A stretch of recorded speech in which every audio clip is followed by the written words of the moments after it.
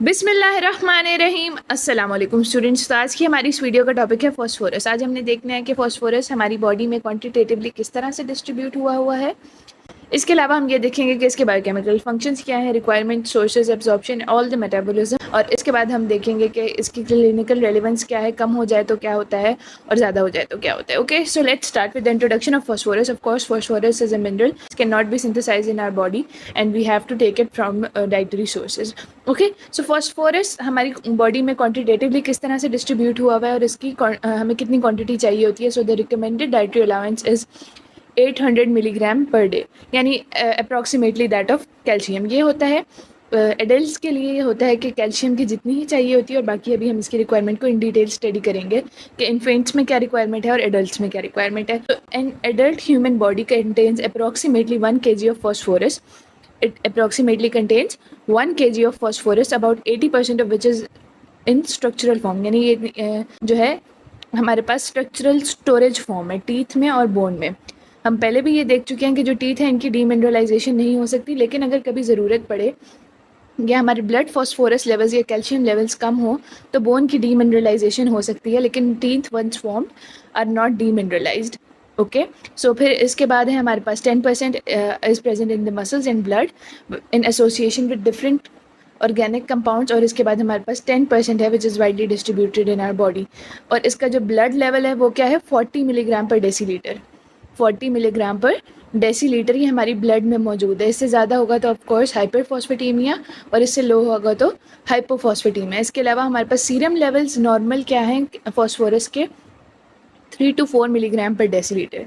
3 to 4 milligram पर decilitre, या approximately हम कह सकते हैं कि जितना ब्लड में है उसका 1/10 पार्ट, उसका 1/10 पार्ट हमारे पास सीरम में मौजूद होता है। और ये भी एक इंटरेस्टिंग पॉइंट है कि हमारे पास जो fasting serum level of phosphorus है वो क्या होता है, ज़्यादा होता है as compared to the after taking any kind of food. ठीक है, क्यों ज़्यादा होता है, क्योंकि जब हम फूड ले लेते हैं तो फिर उसकी जो है मेटाबॉलिज्म के लिए एनर्जी चाहिए होती है और डिफरेंट प्रोसेसेस के लिए फॉस्फोरस चाहिए होता है। इसलिए फूड कंज्यूम करने के बाद हमारा लेवल ऑफ फॉस्फोरस कम होता है, जबकि इन फास्टिंग कंडीशंस हमारा जो फॉस्फोरस लेवल है वो बॉडी में ज़्यादा होता है। अब हम आ जाते हैं इसके बायोकेमिकल फंक्शंस पे कि हमारी बॉडी में अच्छी खासी क्वांटिटी में एक मिनरल मौजूद है, तो इसका बायोकेमिकल फंक्शन क्या है। इसके बायोकेमिकल फंक्शन पहले ही बता चुकी हूँ कि बोन और टीथ की स्ट्रक्चर को मेंटेन करने में काम आता है। एटीपी जीटीपी का बहुत इंपॉर्टेंट कंपोनेंट है phosphorus. Of course ATP is the energy currency of our cells, so it is very important for energy metabolism. It is important for energy metabolism. Why? First due to ATP and then due to creatinine phosphate. ये जो हमारे जब हमारे muscles ज़्यादा activity करते हैं और उनकी एटीपी डिप्लीशन शुरू हो जाती है तो बाकी जो सोर्सेज हैं उनमें केराटिन फॉस्फेट एक इंपॉर्टेंट सोर्स है।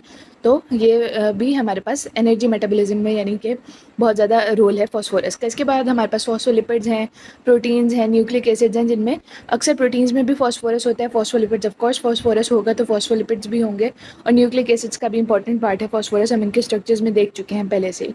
सो we are just having an overview. ठीक है, इसके बाद एक्टिवेट्स एंजाइम्स बाय फॉस्फोराइलेशन हमने देखा है कि जैसे ट्रांसमेम्ब्रेन प्रोटीन्स भी होती हैं और स्मूथ मसल्स में भी कॉन्ट्रैक्शन में, और इस तरह से बहुत सारे एंजाइम्स हैं जैसे कि मायोसिन लाइट चेन काइनेज है, उनकी फॉस्फोराइलेशन होगी तो वो एक्टिवेट होंगे, वरना वो एक्टिवेट नहीं होंगे। इसके बाद हमारे पास फॉस्फेट बफर है, ये ब्लड का बफर है। ये माइन्यूटली कंट्रीब्यूट करता है in maintaining the pH of blood. It contributes minutely in maintaining the pH of blood and also a bit in urine.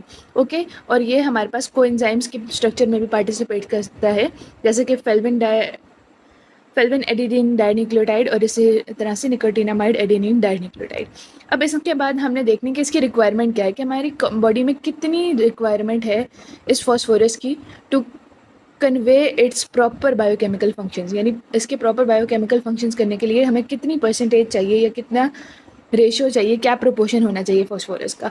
तो वो प्रोपोर्शन है कैल्शियम के साथ। इसका जो रिकमेंडेड डाइटरी अलाउंस थी वो भी अप्रॉक्सीमेटली फॉस्फोरस की जितनी थी, और मैंने तब कहा था कि एडल्ट्स में ऐसा होता है, लेकिन इन्फेंट्स में कैल्शियम डबल मिकदार में चाहिए होती है एज़ कम्पेयर टू फॉस्फोरस, क्योंकि तब ग्रोथ हो रही होती है, बोन्स फॉर्मेशन हो रही होती है, टीथ फॉर्मेशन हो रही होती है। इस तरह से बहुत सारी जगह हैं जहाँ पे कैल्शियम ने यूज़ होना होता है, तो कैल्शियम की अप्रॉक्सीमेटली डबल अमाउंट चाहिए होती है as compared to the phosphorus. इसके सोर्सेज क्या है, milk, cereals, leafy vegetables, milk and eggs, milk products and egg. इसके बाद इसकी एब्जॉर्प्शन क्या होगी, पहले हम इसको इनटेक करेंगे through the mouth and all the way through the esophagus and stomach, then it reaches the intestine and it is absorbed in which part of intestine? The jejunum. It is absorbed in jejunum and its absorption is decreased by phytates due to reactions. ठीक है, decrease होगी phytate से और increase होगी किससे? Calcitriol से। Now what is calcitriol? It is the active form of vitamin D. What is calcitriol? It is the active form of vitamin D which enhances the calcium and phosphorus levels of blood. Calcitriol क्या करता है? ये basically calcium को increase करता है which in turn increases phosphorus absorption. ठीक है, इसके अलावा कैल्शियम और फॉस्फोरस की एक बहुत ही बैलेंस किस्म की रेशो है, ज़रूरी है कैल्शियम की एब्जॉर्प्शन के लिए भी and at the same time phosphorus की एब्जॉर्प्शन के लिए भी। यानी ये दोनों मिनरल्स अगर एक बैलेंस में होंगे तो इनकी एब्जॉर्प्शन ऑप्टिमम होगी, वरना नहीं होगी। वो रेशो क्या है? 1:2 या 2:1। यानी इन दोनों में से कोई रेशो होगी तो मैक्सिमम एब्जॉर्प्शन होगी, वरना नहीं होगी। इसके अलावा लो पीएच भी हमारे पास कंट्रीब्यूट करती है in the absorption of phosphorus, और लो पीएच डीमिनरलाइजेशन में भी काम आती है, डीमिनरलाइजेशन ऑफ बोन्स में। इसके बाद हम आ जाते हैं इसकी एक्सक्रीशन पे कि हमने इनटेक किया थ्रू डिफरेंट सोर्सेज फॉस्फोरस को, और फिर all the way through the oesophagus and the stomach it travels till the intestine and where it is absorbed in the jejunum. और फिर एक्सक्रीशन कहाँ होगी? ये ब्लड का पार्ट बन जाएगी ऑफ कोर्स फॉस्फोरस और डिफरेंट बायोकेमिकल फंक्शंस परफॉर्म करेगी। और जब ब्लड की फिल्ट्रेशन होगी तो ये उसी के साथ एक्सक्रीट हो जाएगी। यानी कि ये किस में एक्सक्रीट होगी? किडनी में एक्सक्रीट होगी। किडनी में एक्सक्रीट होती है तो इसका हम ये देखते हैं कि ये कब इसकी एक्सक्रीशन स्टिमुलेट होती है। तो इसके लिए हमारे पास रीनल थ्रेशोल्ड क्या है? 2 मिलीग्राम पर डेसीलीटर अगर फॉस्फोरस होगी तो फिर एक्सक्रीशन शुरू हो जाएगी and approximately above 500 milligrams per day phosphorus हमारे बॉडी से एक्सक्रीट होती है through the urine and its reabsorption is inhibited by parathyroid hormone. The reabsorption of phosphorus is inhibited by parathyroid hormone. इसका क्या मतलब है कि जब वो रीअब्जॉर्ब नहीं होगी यानी वो एक्सक्रीट हो रही है, इसका मतलब है कि पीटीएच जो है वो फॉस्फोरस के लेवल्स को कम कर रहा है। क्या कर रहा है? पीटीएच पैराथायरॉयड हार्मोन क्या कर रहा है? फॉस्फोरस लेवल्स को कम कर रहा है। अब हम आ जाते हैं इसकी क्लिनिकल रेलिवेंस पे। अगर पैराथायरॉयड हार्मोन नहीं बन रहा यानी पैराथायरॉयड हार्मोन कम है तो क्या है? एक्सक्रीशन नहीं होगी। एक्सक्रीशन फॉस्फेट की सही से नहीं होगी तो क्या होगा?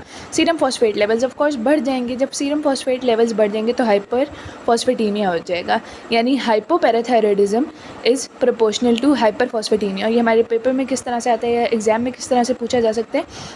ये जो हाइपोपैराथायरॉयडिज्म है ये किस तरह से होता है? Due to accidental removal of parathyroid hormones, due to accidental removal of parathyroid hormones. इसके अलावा हमारे पास जब रीनल डिजीज़ होगी तो क्या होगा? कैल्सीट्रायोल नहीं बनेगा। Now what is calcitriol? It is the activated form of vitamin D which is activated in kidneys. अगर रीनल डिजीज़ होगी तो ऑफकोर्स किडनी सही से काम नहीं करेंगी, कैल्सीट्रायोल कम बनेगा। कैल्सीट्रायोल कम बनेगा तो क्या होगा? कैल्शियम एब्जॉर्प्शन कम होगी। क्या होगा? कैल्शियम एब्जॉर्प्शन कम होगी, ठीक है, और which will be manifested as cramps, और हमारे पास फॉस्फोरस लेवल्स बढ़ जाएंगे। कैल्शियम लेवल्स जो है वो कम हो जाएंगे और फॉस्फोरस लेवल्स बढ़ जाएंगे। फॉस्फोरस लेवल्स क्या होंगे? बढ़ जाएंगे, क्योंकि फॉस्फोरस सही से एक्सक्रीट नहीं हो पाएगा, क्योंकि फॉस्फोरस की एक्सक्रीशन सही से सही नहीं हो पाएगी, इस वजह से फॉस्फोरस लेवल्स बढ़ जाएंगे। और इसके अलावा ये हमारे पास सिंपल अगर रीनल डिजीज़ होगी तो हमारे पास फॉस्फोरस लेवल्स बढ़ जाते हैं। लेकिन अगर रीनल रिकेट्स एक अदर डिजीज़ है, एक और डिजीज़ है जिसमें क्या होता है कि फॉस्फेट लेवल्स कम हो जाते हैं एक्सक्रीशन के बढ़ने की वजह से। क्या होता है? फॉस्फेट लेवल्स कम हो जाते हैं एक्सक्रीशन के बढ़ने की वजह से, और एल्कलाइन फॉस्फेट की एक्टिविटी जो है वो ज़्यादा हो जाती है। अल्कलाइन फॉस्फेट की एक्टिविटी ज़्यादा होगी तो क्या होगा? मिनरलाइजेशन ऑफ बोन ज़्यादा होंगी। या जो हमारे पास ब्लड में फॉस्फोरस होगी वो बोन्स में ज़्यादातर स्टोर होगी। अल्कलाइन फॉस्फेटेज हम पढ़ चुके हैं कि बोन मिनरलाइजेशन में काम आता है। और दूसरा क्या होगा कि एक्सक्रीशन भी ज़्यादा हो जाएगी, जिसकी वजह से सीरम फॉस्फेट कम हो जाएगा। और हमारे पास कितना कम हो जाएगा तो हम इसको रिकेट्स काउंट करते हैं अप्रॉक्सीमेटली 1 to 2 मिलीग्राम पर डेसीलीटर अगर हो जाए ये सीरम लेवल्स में इसके, तो क्या हम कहते हैं? इसको रिकेट्स कहते हैं। इसका बेहतर तरीका क्या है कि if we multiply the concentration of calcium with the phosphorus, अगर ये लेस देन 30 हो या 30 हो तो it is an indicative that the person is suffering from rickets. Okay, so that's all for today. I hope you find this video useful. Stay tuned and subscribe.